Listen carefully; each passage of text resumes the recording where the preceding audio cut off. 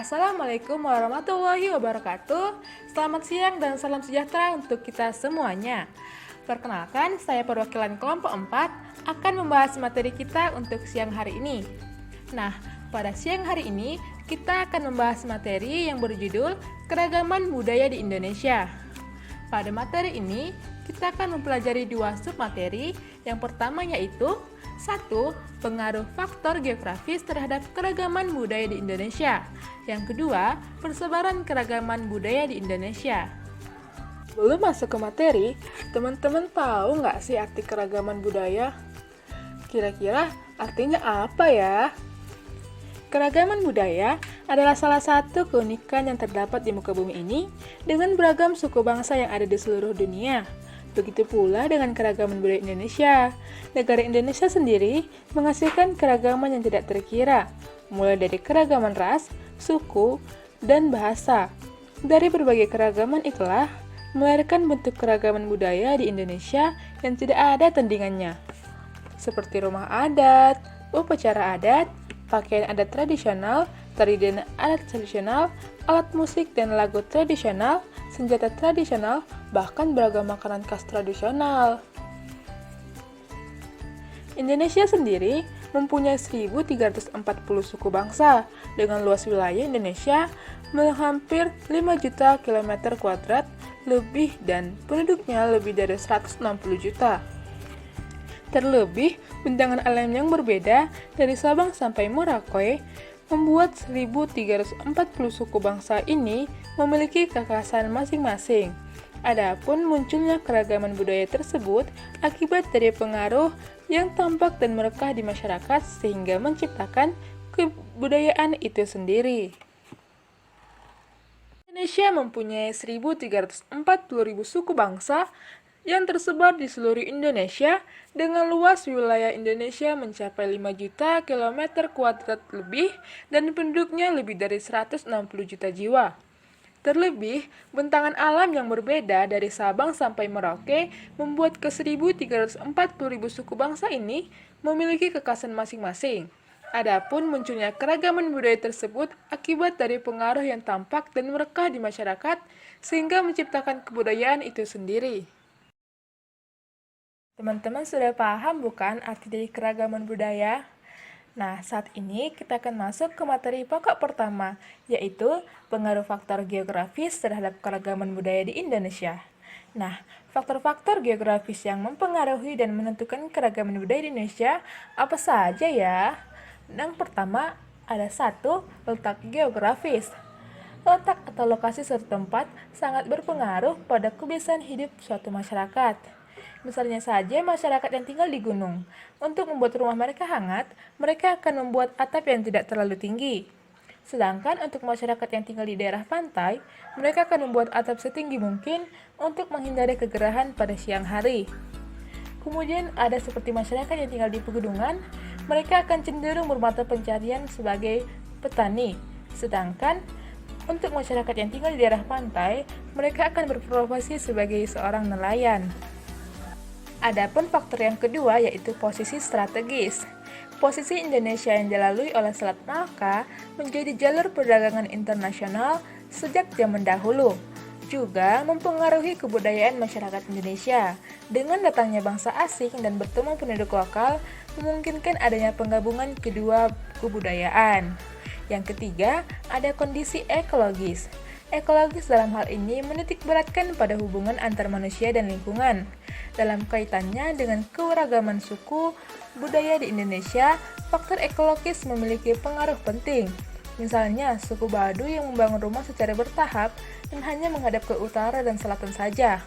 Hal ini dilakukan dengan maksud supaya sinar matahari dapat menyinari seluruh ruangan melalui jendela samping rumah. Setelah menjelaskan faktor-faktor, apa saja ya contoh dari pengaruh kondisi geografis terhadap keragaman budaya? Yang pertama ada rumah Honai di Papua. Suku-suku yang mendiami kawasan pegunungan Papua mempunyai rumah tradisional yang bernama rumah Honai. Rumah Honai ini dibuat tanpa jendela dan atap rumah yang rendah. Selain itu, atap rumah Honai dibuat dari jerami dan ilalang.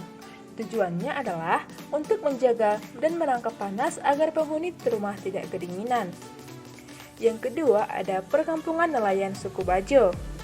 Suku Bajo yang mendiami kawasan pesisir Wakatobi, Sulawesi Tenggara, yang bermata pencaharian sebagai nelayan, membangun rumah mereka di kawasan pesisir. Mereka membangun rumah mereka berupa rumah panggung terapung.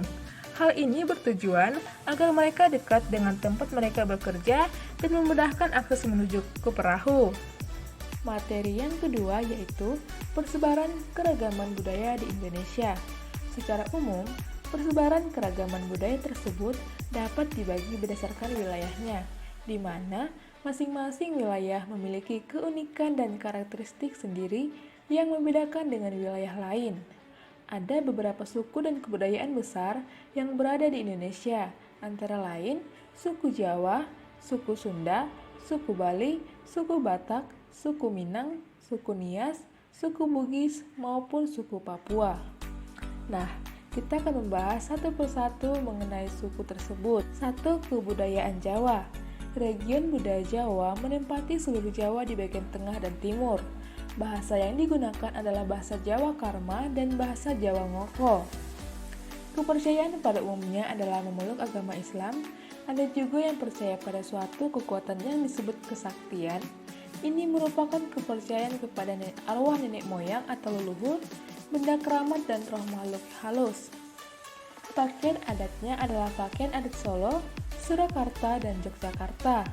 Rumah adatnya ada berbagai macam seperti rumah adat di Jawa Tengah adalah Jonglo, sedangkan di Yogyakarta adalah Bangsal Kencana. Tarian yang terdapat pada kebudayaan Jawa adalah tarian merak, tari kendalem, tari benhaya, tari jejer, tari serimpi, dan lain sebagainya. Yang kedua ada kebudayaan Sunda. Region budaya Sunda menempati di daerah Pasundan, Jawa Barat. Bahasa yang digunakan dalam kehidupan sehari-hari adalah bahasa Sunda. Kepercayaan pada umumnya memeluk agama Islam, tetapi di dalam pedesaan masih banyak masyarakat yang percaya pada tahayul yang bersifat gaib. Kesenian pertunjukan tradisional antara lain debus, wayang golek, gendang pecah. Tarian adatnya adalah tari merak, tari jaipong, dan patilaras. Rumah adat suku Sunda adalah Imah Julang. Yang ketiga yaitu kebudayaan Batak.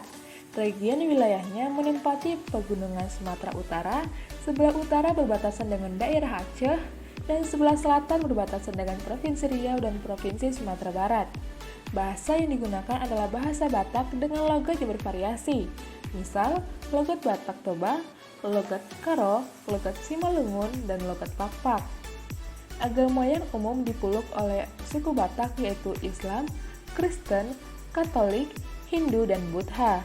Rumah tradisional suku Batak adalah rumah bolon. Ada 3 konsep roh atau jiwa yang dikenal nenek moyang orang Batak, yaitu Tondi, Sahala, dan Begu.